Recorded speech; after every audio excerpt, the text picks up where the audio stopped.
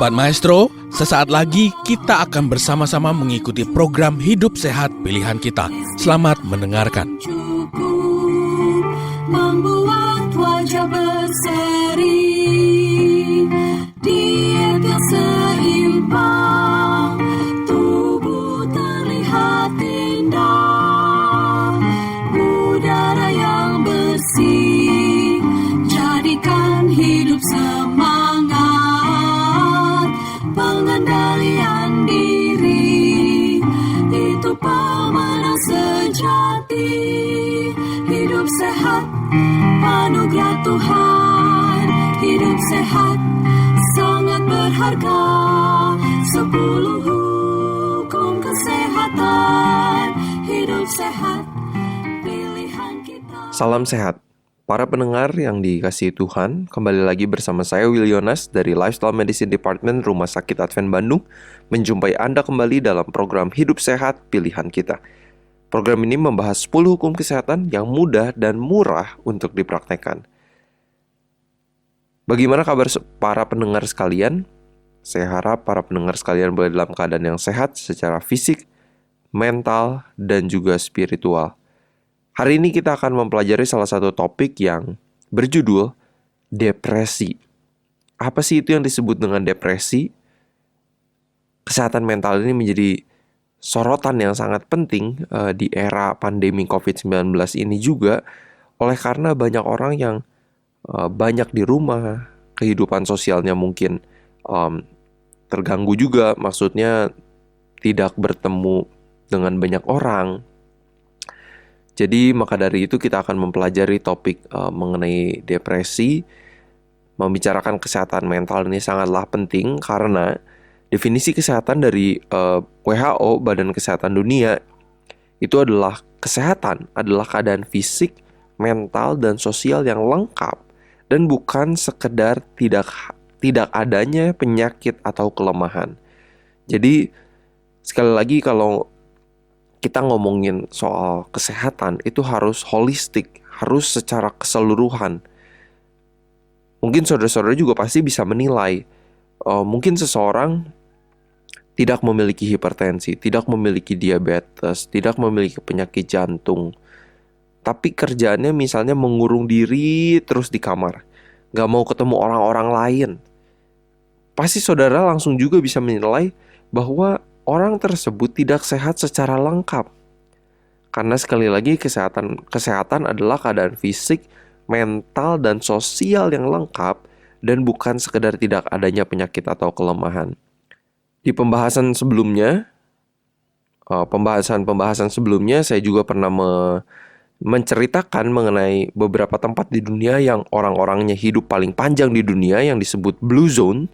Salah satunya ada di Okinawa, Jepang, di Ikaria, Greece, Yunani, ada di Sardinia, Italia, ada di Nicoya, Costa Rica, ada juga di Loma Linda, California, di antara orang-orang Kristen Advent khususnya.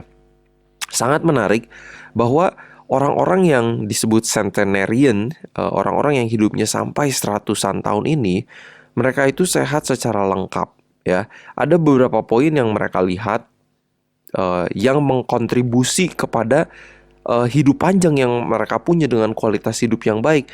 Dan salah satunya itu adalah dari hubungan sosial yang baik. Mereka memiliki perkumpulan agama atau mereka itu kenal sama tetangga dan yang lainnya, karena itu juga sangat berpengaruh dengan kesehatan mental. Ini yang akan kita bicarakan lebih detail lagi. Depresi. Kita akan spesifik membicarakan soal depresi. Ya, depresi menurut Riskesdas, ya, riset kesehatan dasar Indonesia di 2018 yang dilakukan di Indonesia. Prevalensi dari depresi di Indonesia kira-kira 6,1%. Tapi yang menarik, hanya 9% dari penderita depresi itu yang minum obat atau menjalani pengobatan medis atau mencari pertolongan dari tenaga kesehatan. Jadi dengan kata lain, dari Riskesdas ini menunjukkan 91%-nya itu tidak mencari pertolongan dari tenaga ahli kesehatan. Apakah itu psikolog, ya, atau psikiatris. Ini menarik Karena ketika kita ngomongin soal kesehatan mental, banyak sekali stigma yang ada. Seseorang takut kalau misalnya dikatakan kamu depresi, atau misalnya masih juga banyak stigma, orang-orang masih banyak menghindari percakapan mengenai depresi, mengenai kesehatan mental. Mungkin kalau ngomongin stres, orang udah lebih biasa, ya, karena saya lagi stres dengan pekerjaan. Tapi kalau depresi, mungkin ini masih lebih ada stigmanya, ya. Tapi ini penting banget untuk dibicarakan dan didiskusikan, karena ini sangat dapat mengganggu kualitas hidup kita, sangat dapat mengganggu kehidupan kita secara umum, hubungan sosial kita. Itu kalau kita depresi bisa mengganggu pekerjaan kita juga dan yang lainnya. Jadi kita harus menggali lebih dalam lagi mengenai depresi supaya kita bisa mencari solusinya juga. Nah, ini ada beberapa hal yang kita perlu perhatikan. Pertamanya, kadang kita suka menggunakan kata depresi ini loosely, ya, dengan gampang. Misalnya, saya dapat rapot nilai pelajaran biologi saya misalnya dapat nilai jelek, saya depresi. Misalnya saya diputusin pacar, saya depresi. Saya dimarahin orang tua, saya depresi. Tapi apa sih yang benar-benar dikatakan seseorang itu memiliki depresi?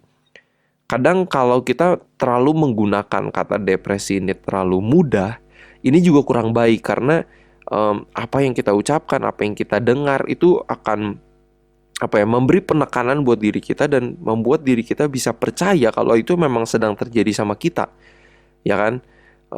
Kalau misalnya seseorang bilang saya bodoh, itu juga bisa mengganggu kesehatan mental. Nah, sebenarnya apa sih yang benar-benar dikatakan depresi, ya? Ini ada beberapa ciri-ciri depresi. Ini saya ambil bahannya dari Dr. Neil Netley. Dia adalah pemimpin dari Weimar Institute di California. Beliau banyak sekali menulis soal kesehatan mental, dan ini ada 9 ciri-ciri ketika seseorang mengalami depresi, ya. 1, itu adalah sedih yang mendalam. Oke. Yang kedua, itu apathy. Apathy itu tidak ada gairah, tidak ada antusias. Jadi kalau bangun pagi, itu nggak ada gairah, motivasi yang membuat kita itu bangun dari tempat tidur. Lalu yang ketiga, ciri-cirinya adalah agitation atau khawatir atau rasa nggak tenang. Nomor 4, itu adalah gangguan tidur. Ada orang yang tidurnya jadi singkat, nggak bisa tidur terlalu lama, bahkan nggak bisa tidur. Atau ada orang-orang yang mengalami depresi malah tidurnya jadi terlalu panjang. Yang kelima, ciri yang kelima adalah perubahan berat badan atau nafsu makan. Ada orang yang mengalami depresi akhirnya jadi nggak mau makan. Ada orang yang depresi akhirnya larinya ke makan. Oke. Ciri yang keenam, kurang konsentrasi. Ciri yang ketujuh, merasa tidak apa-apanya, worthless. Kalimat-kalimat yang suka dipakai juga, saya mah butiran debu, saya tidak ada apa-apanya, saya tidak ada kontribusi apapun. Pokoknya merasa kita itu tidak ada apa-apanya, tidak berharga, tidak dipandang, tidak dihargai oleh orang lain. Udah gitu yang ke-8 itu morbid thoughts, pemikiran-pemikiran bunuh diri, ya. Itu juga ciri-ciri depresi. Dan yang 9 yang terakhir adalah lemas, ya. Nah, seseorang secara klinis didiagnosa dengan major depression itu adalah ketika seseorang mengalami 5 dari 9 tanda-tanda ini paling tidak dalam 2 minggu. Ya. Ciri-cirinya sekali lagi ya, sedih yang mendalam, tidak ada gairah, khawatir, gangguan tidur, ada perubahan berat badan dan nafsu makan, kurang konsentrasi, merasa tidak apa-apanya, worthless, morbid thoughts, pemikiran-pemikiran tentang bunuh diri, dan juga lemas. Ya, ketika seseorang mengalami 5 dari 9 tanda ini, paling tidak 2 minggu, itulah ketika seseorang dikatakan major depression. Jadi, sekali lagi, saya sarankan juga hati-hati dengan kata penggunaan saya depresi, karena kadang kita cuma dapat nilai yang kurang baik, kita langsung mengasosiasikan itu, oh ya saya depresi. Tapi sebenarnya belum seseorang dikatakan itu depresi kalau tidak mengalami 5 dari 9 tanda-tanda ini paling tidak dalam 2 minggu. Tapi pastinya bila mana Bapak Ibu ingin tahu lebih lanjut, hubungi psikolog ya, psikiatris, mereka akan membantu Ibu Bapak mengidentifikasi juga lebih lanjut. Nah, tapi mungkin pertanyaannya apa sih yang dapat menyebabkan depresi? Ya, tadi kan ciri-cirinya, tapi apa sih yang bisa menyebabkan seseorang sedih yang mendalam, memiliki gangguan tidur, merasa tidak ada apa-apanya, terus juga tidak ada gairah, khawatir. Apa sih yang menyebabkan orang itu merasa demikian?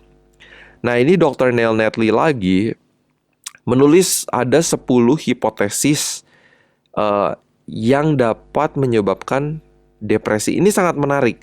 Saya sangat terberkati membaca penelitian yang beliau tulis. Ya, ini dipublikasikan di 2016. Hit Hypothesis Identifying Depression and Its Causes, katanya. Ini di jurnalnya American Lifestyle Medicine di 2016. Sangat menarik. Dia menulis ada 10 hal yang dapat menyebabkan depresi. Nomor 1, itu dia sebut sebagai genetic hit. Jadi secara genetik, menurut Dr. Neil Netley, ketika misalnya orang tua kita pernah mengalami major depression, ketika kakek nenek kita pernah mengalami major depression, kita pun memiliki kecenderungan untuk mengalami depresi. Oke, itu yang pertama. Nomor 2, itu adalah yang dia sebut dengan developmental hit. Hal-hal yang pernah terjadi ketika kita di masa pertumbuhan, itu juga ada yang dapat menyebabkan kita mengalami depresi. Contohnya, kalau misalnya kita pas lagi kecil pernah mengalami physical abuse, dipukul orang tua misalnya, yang sampai membuat luka membuat luka secara mental, atau misalnya kita pernah di sexual abuse, atau misalnya kita tinggal dengan orang tua yang alkoholik, ya, kecanduan alkohol, kecanduan narkoba. Mengalami hal-hal seperti ini juga bisa membuat kita menjadi lebih cenderung bisa mengalami depresi. Ya, hal-hal yang lainnya juga adalah mungkin kalau kita tidak tumbuh dengan orang tua biologis kita. Ini beberapa hal yang ditulis oleh Dr. Neil Netley. Jadi faktor yang pertama sekali lagi genetic hit, ya, secara genetik, dan juga developmental hit, apa yang pernah terjadi kepada kita selama di usia pertumbuhan.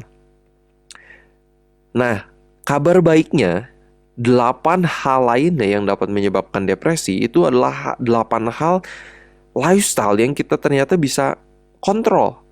Jadi mungkin 2 hal, yang pertama genetik, kita nggak bisa pilih genetik kita mau dapat yang seperti apa, pilih orang tua kita yang mana, kan nggak bisa. Atau enggak kalau misalnya kita sudah pernah mengalami physical abuse, sexual abuse, kita nggak bisa mengulang waktu lagi. Tapi good newsnya, 8 hal yang terakhir ini justru sesuatu yang bisa kita modifikasi. Yang nomor 3, salah satu yang dapat menyebabkan depresi, itu adalah faktor nutrisi. Ini dari Dr. Neil Netley. Kalau misalnya pola makan kita kurang atau rendah triptofannya, kurang omega 3-nya, lalu kurang juga folic acid-nya, ya, kurang juga di vitamin B-nya, pola makan kita tinggi kolesterol, tinggi lemak jenuh, tinggi gula, added sugars, ya, gula tambahan, itu pun sangat dapat mempengaruhi kesehatan mental kita. Mungkin di beberapa program hidup sehat yang 2 minggu lalu, saya juga sempat membahas hubungan pola makan nabati dengan kesehatan mental. Kurang serat, ya, itu juga dapat mempengaruhi kesehatan mental. Jadi nutrisi, siapa sih yang pikir sebelumnya bahwa nutrisi itu sangat berperan juga dalam kesehatan mental? Udah gitu, yang keempat, faktor yang dapat menyebabkan depresi yang keempat adalah social hit, ya. Social heat ini apa? Menurut Dr. Neil, ya, stressful events di kehidupan kita. Kalau misalnya ketika kita kehilangan orang-orang yang kita kasihi, ya, misalnya kita lagi ada masalah dengan orang lain, ya, secara hubungan sosial, itu juga dapat mengganggu kesehatan mental kita, ya. Yang kelima itu adalah toxic heat, ketika kita ada tercemar logam berat, ya, high lead levels, terus ada merkuri. Kalau kita ada tingkat merkuri di dalam tubuh kita yang tinggi, arsenik, ya, itu juga, dan toksin-toksin lainnya itu juga bisa mempengaruhi kesehatan mental menurut Dr. Neil Netley. Lalu yang keenam itu circadian rhythm heat. Ini apa artinya? Ketika kita tidak mengikuti siklus alam, kita juga cenderung bisa terganggu kesehatan mentalnya. Contohnya gimana? Kalau misalnya yang Tuhan desain itu di alam, ya, ketika pagi-pagi matahari terbit, ya, itu waktunya bangun, mulainya kita siap-siap beraktivitas. Udah gitu ketika matahari terbenam, itu waktunya kita mulai istirahat, siap-siap untuk rileks, ya, lebih rileks, siap-siap untuk istirahat, tidur. Nah, ketika kita melawan siklus itu, siklus circadian, kita pun dapat mempengaruhi kesehatan mental kita. Kenapa? Karena kita melawan hukum alam, ya. Karena melihat matahari terbit itu pun sangat berpengaruh dengan kesehatan mental kita. Ini dapat kita lihat lebih jelas lagi sebenarnya ketika kita berada di negara yang 4 musim. Ketika musim dingin, adanya matahari itu nggak terlalu lama, jadi gelapnya yang lebih lama. Contoh ketika di Amerika Serikat, kalau di bagian Virginia, itu ketika winter, matahari terbit itu bisa sekitar jam 7.30 pagi atau jam 8 pagi. Udah gitu jam 4 sore itu udah gelap lagi. Jadi gelapnya itu lebih panjang, dan orang-orang di sana, para ahli kesehatan sudah sadar kalau di winter orang-orang itu lebih cenderung depresi dan kesehatan mentalnya bisa terganggu juga. Karena apa? Melihat matahari saja itu sudah sangat berpengaruh dengan kesehatan mental. Baik, itu circadian rhythm. Jadi ikutilah siklus alam, itu intinya. Yang ketujuh ada addiction heat. Kalau kita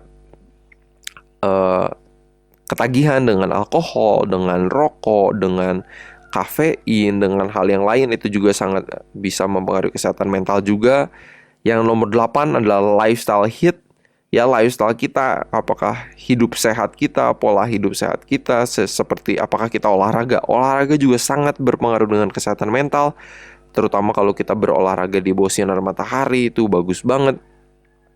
Ya, jadi bahkan menghirup udara yang segar itu juga dapat mempengaruhi kesehatan mental juga. Jadi itu adalah yang ke-8, lifestyle heat. Yang ke-9 adalah medical heat. Ketika seseorang punya diabetes, punya hipertensi, terkena serangan jantung dan lain-lain, itu juga dapat membuat mereka down, ya, mentalnya. Dan yang terakhir adalah frontal lobe heat. Frontal lobe ini adalah daerah otak di mana kita juga memikirkan hal-hal yang spiritual. Jadi hal-hal spiritual juga sangat berpengaruh kepada kesehatan mental kita. Tapi di otak depan ini juga, di frontal lobe ini, kalau kita misalnya kecanduan internet, kecanduan pornografi, dengan musik-musik tertentu juga, inilah yang ditulis oleh Dr. Neil Netley juga dapat mempengaruhi kesehatan mental kita, khususnya depresi. Nah, Dr. Neil Netley tulis bahwa ketika seseorang mengalami 4 faktor dari 10 faktor ini, barulah seseorang mengalami depresi biasanya. Jadi contohnya, kalau misalnya kita, secara genetik, misalnya orang tua, kakek nenek kita pernah mengalami depresi. Itu satu faktor. Terus misalnya faktor kedua, kita makannya nggak bener, jarang makan sayur buah, makanan-makanan nabati, kita banyak makanan kemasan, ngemil-ngemil. Itu 2 faktor. Terus misalnya faktor nomor 3, kita melawan circadian rhythm. siklus alam ini. Kita tidurnya malam, ya justru ketika siang kita tidur, ketika malam kita bangun. Udah gitu misalnya yang keempat kita akhirnya kita memiliki addiction hit, misalnya ketagihan dengan rokok, alkohol, dan sebagainya. Ketika 4 faktor ini ada, biasanya menurut Dr. Neil Netley ini barulah seseorang mengalami depresi. Jadi ketika itu ada 1 faktor, 2 faktor, kemungkinan besar orangnya tidak mengalami depresi. Tapi good news-nya sekali lagi adalah bahwa 8 dari 10 faktor ini itu bisa kita modifikasi, bisa kita kendalikan. Ya, contohnya kalau misalnya secara nutrisi kita bisa memilih makanan-makanan sehat yang perlu kita makan. Misalnya hubungan sosial kita bisa memilih dengan pertolongan Tuhan pastinya memiliki hubungan sosial yang baik.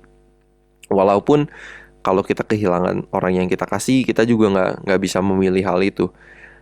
Tapi misalnya toksik yang ketiga, toksik hati-hati juga dengan makanan-makanan seafood ya, karena itu juga banyak toksik dari logam beratnya, itu juga bisa mempengaruhi kesehatan mental.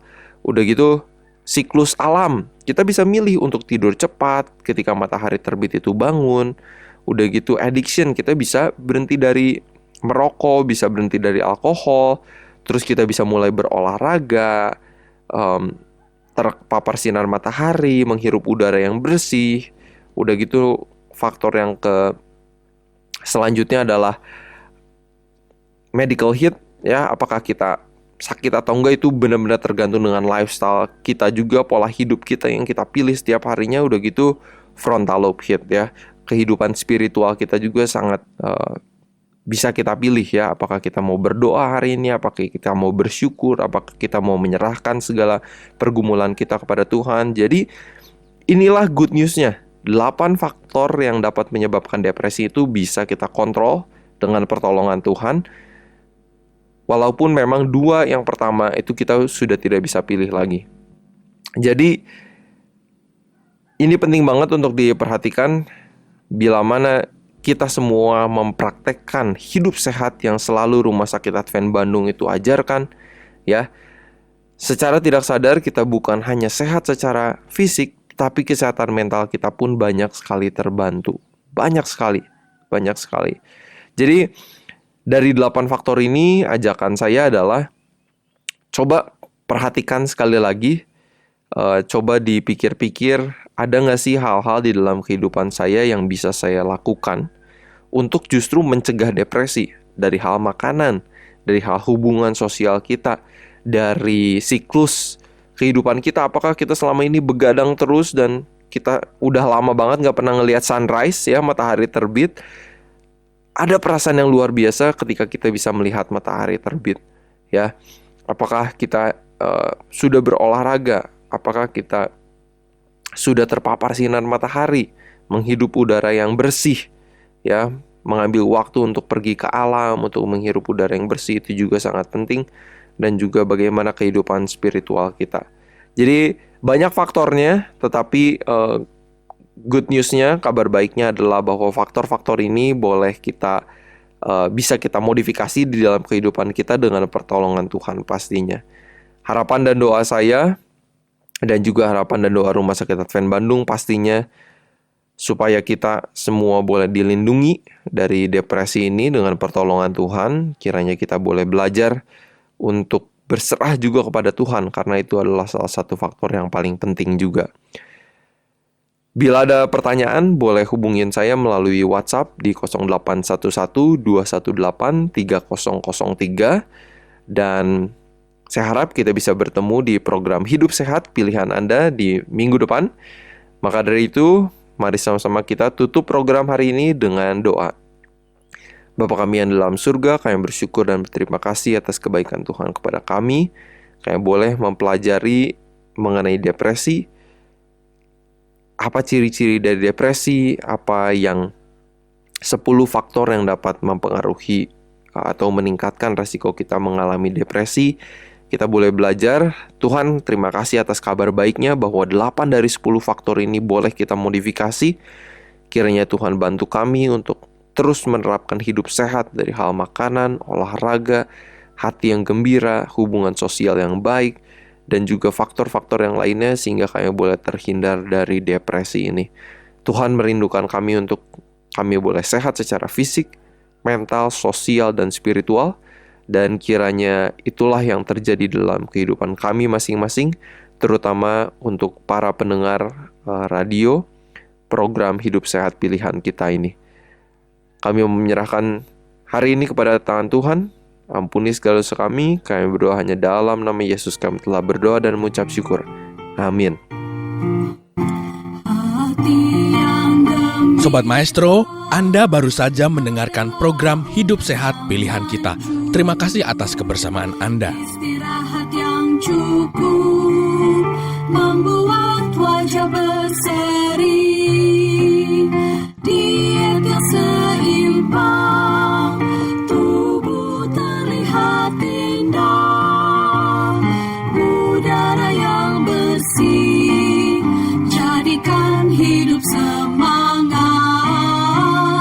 Pengendalian diri, itu pemenang sejati.